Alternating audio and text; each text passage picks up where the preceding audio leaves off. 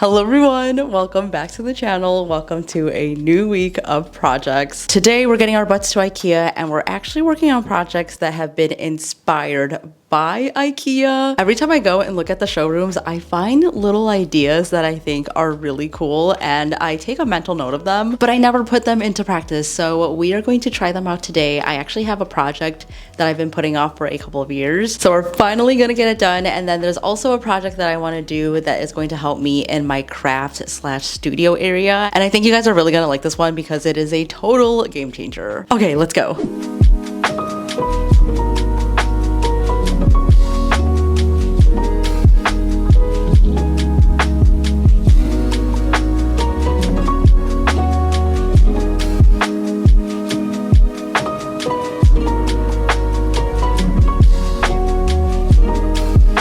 Okay, why did no one tell us sooner? Because in case you didn't know, you can actually fit a canvas inside one of these IKEA picture frames. So I saw this at an IKEA a couple of months ago and my mind was blown. If you have ever shopped for a canvas frame before, then you'll know that they can get pretty pricey. And to me, whenever I hang up a canvas, it just looks so unfinished if it doesn't have a frame around it. So discovering this hack is honestly such a game changer, especially since the frame is thicker, so it makes your canvas look thicker and a little bit more expensive as well. And what's funny is the canvas they have displayed is one that I DIY'd a couple of years ago. So who remembers this piece? To this day, I still don't know if this is like a painting or a picture, but it was of some apples and I pixelated it. Like if you look up close, this is just a bunch of little squares, but if you look from further away, it looks like they're pixelated, and this was such a fun project. I love this technique because it's such a fun way to transform a basic painting, and ever since I finished this, I felt like something was missing. Like the background is just so plain and boring, and it's been sitting like this for a couple of years now, so I think it is finally time to give it a little bit of a makeover. So I'm gonna add some color to this, and I'm also going to combine it with the frame to give it a really cool effect. So I originally completed this project back in 2024, and it is now 2026. Can someone fill me in on where the time went? Like life has been moving and moving, and so much has happened in that time frame, but I'm so glad that this piece did not go out of style because I still love it very much. It just has been in storage because I felt like it didn't exactly go with the rest of my wall art. This looks like a photograph to me, and whenever I build up my gallery walls, I don't really have a lot of photos. I have a lot of illustrations, so I feel like with this new background, it's really gonna tie everything in and make it fit with the rest of them. This is one of the projects that I did that went super viral on Instagram, and I feel like people are still discovering this piece and recreating it. So I hope in this new update, it will inspire people to paint in the background because I really think it makes a difference. Also gonna take the time here to plug in my Instagram because we have grown to over 400,000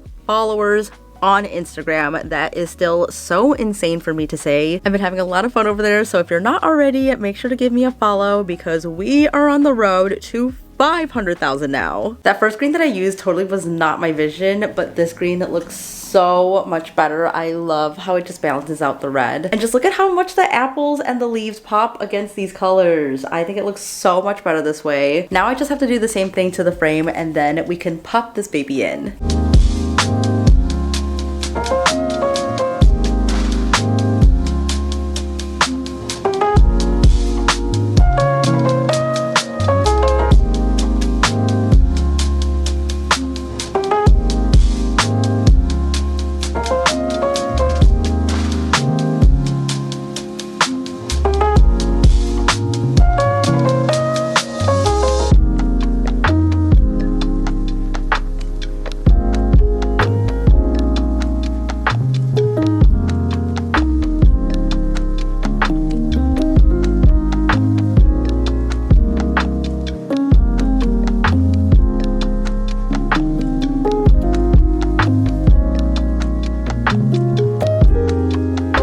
I love myself a pegboard, and if you've been following along, then you probably have noticed that I use them basically in every single space that I live in. They are especially useful for garages, art studios, or for workshops. These just keep everything all in one place, everything is organized, and it's a great way to use up vertical space. IKEA honestly makes the best pegboards because they come with so many different accessories. Like you can get hooks, hangers, shelves, clips, and containers, and they're always coming up with new ones because when I was there, I did see a basket, which I've never seen before. They even recently came out with a pink pegboard, which I think is really cute. But if you want to personalize it even more, I'm going to try out this hack where we use fabric. I just thought this would be a fun way to add some pattern and some color, especially if you don't want to paint it. This is a really good alternative. So I have two choices here. I have a classic blue gingham, which honestly I think is just timeless. This would make such a great backdrop. But then I also have this patchwork one, which I think is really fun. It is very colorful. The patterns on here are also very cute, but I am so indecisive. I don't know what to choose. I'm actually gonna put a poll on Instagram and then you guys can choose for me, but let me know in the comments which one you would choose for your pegboard. Would it be the gingham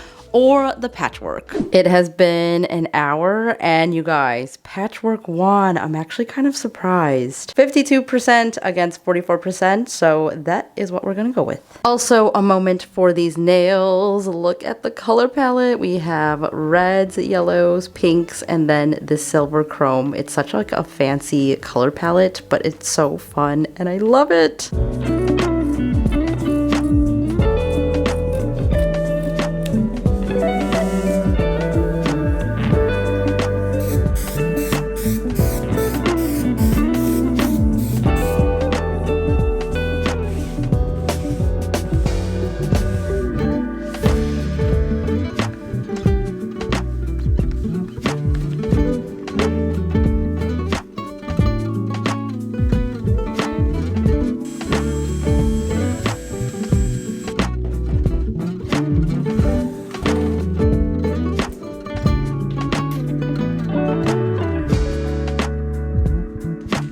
It is up. It's looking so cute, and I wanted to show you guys what I'm doing to actually add everything on. You can barely even tell, but I'm basically using a little knife to add a little slit wherever I want the hole. For this clip, I just had to do one slit, and you have to get really close to even see it, but on the back of these, it's just like a little hook, and I can just put it right on in there.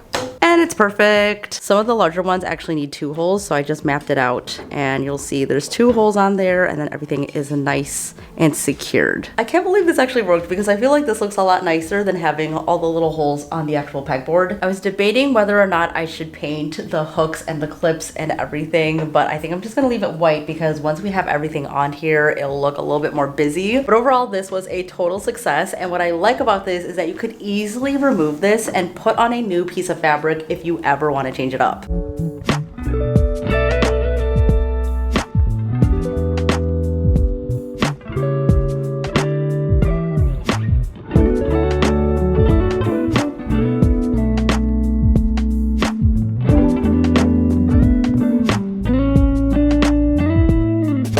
Today we are going to try faux malachite painting. So usually I go into my projects feeling pretty confident that I can recreate the inspo, but today I am not so sure about that. That is totally okay though, because we're gonna figure it out together, and I'm really hoping that it works because I think it is such a cool technique that everyone should try out. This video by Jewel Marlowe really inspired me. I was just in awe when I saw the amazing pattern that you can create with just some paint. So I did a bit of digging, I found a bunch of tutorials, and one of the most popular ones is by Annie Sloan, who makes the chalk paint. So she has made it look really easy, and I found the perfect piece to try this on. So this is the IKEA Chronicor shelf. Chronicor? Don't really know, but I like the shape of it. I love the red. The whole vibe of this piece is already good, but I think it could look a little bit better if I had some pattern on the shelving. So I'm going to do that to all 3 of the shelves. The top shelf has this back piece, so we actually have 4 pieces to sand down, and then we can prep it for paint and try this out ourselves.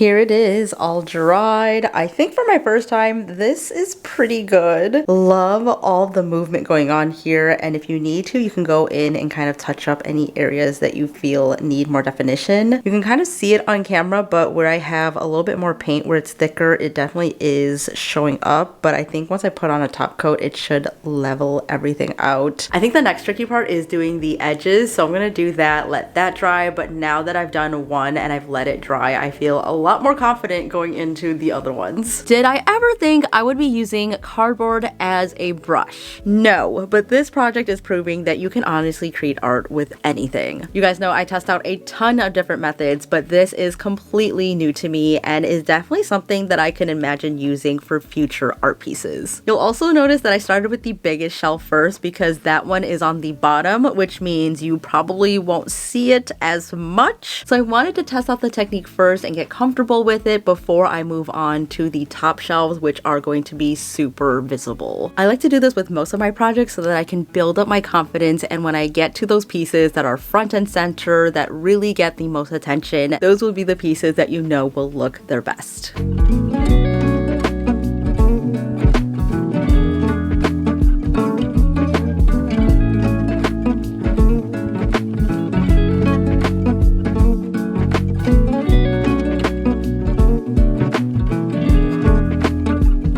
There you have it, you guys. 3 IKEA hacks, 2 brand new ones, and 1 old revisited one, which I think looks so much better now. I think I'm most excited for this pegboard because even though I've had it so many, I feel like this is the best iteration of it that I've ever done. It just looks so much nicer, and you honestly cannot tell that it is a pegboard underneath. As always, let me know down in the comments which project was your favorite. Was it the pegboard, the malachite shelf, or was it the pixelated frame? Sound up in the comments below, and if you guys like this video, don't forget to give it a thumbs up and also subscribe if you haven't already. Also gonna plug in my Instagram right here. I post on there every single day. I share real-time updates, so if you guys wanna see more from me, make sure to follow me over there. That is it for me today, guys. Thank you so much for watching. Stay inspired, and I will see you in the next one. Bye!